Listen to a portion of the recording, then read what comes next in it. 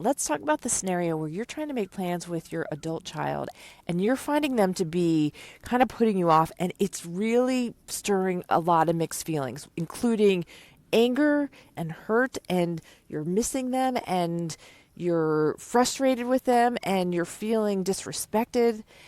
If you find yourself in that situation, one thing that can be really helpful is to take a moment and deconflate or separate all the pieces that are happening at one time. There's one piece of what's going on, which is inside your internal community between your own two ears. And then there's the other part, which is how to communicate to your child in a way that's relational and clean communication. Tending to our inner community is so important, because what we don't want to have happen is our feelings of hurt to be the one grabbing the steering wheel of the conversation that we're having with our adult child.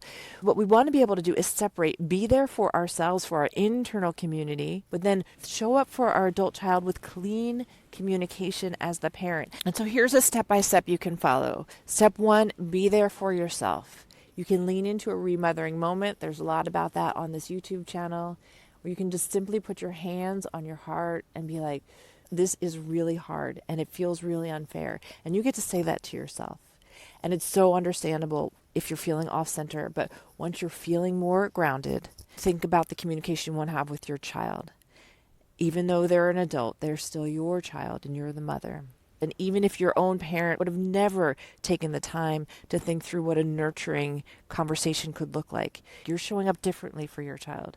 And so before you communicate, to take that moment and think into the situation. So right now, the two of you are having relational friction. It's not easy for them. It's not easy for you. So it makes sense to think through what's going on with your child. Maybe they're having a really full work week or a really full everything, whether it's work that they're juggling or parenthood that they're juggling or whatever it is that's on their plate. And really putting yourself in their shoes and thinking, how can I, as their mother, support them? While also including yourself in the equation, because it's not about self-erasure either. So if you're hoping to get together and you're noticing resistance, maybe think through how it can be a win-win and easier for them. Is there a restaurant that's closer to their house that you would feel comfortable driving to and you would also enjoy?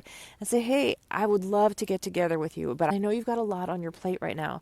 What I'm wondering is if we can pick a time to meet at XYZ restaurant or XYZ coffee shop, because I'd love to see you. And as you're thinking about what you want to say or text or email, I'd like to invite you to picture how it would be to be having that conversation with a peer or a colleague, because that can help the tone in how we're speaking. It helps us include ourselves in the equation, as well as not accidentally slipping into a parent guilt trip tone.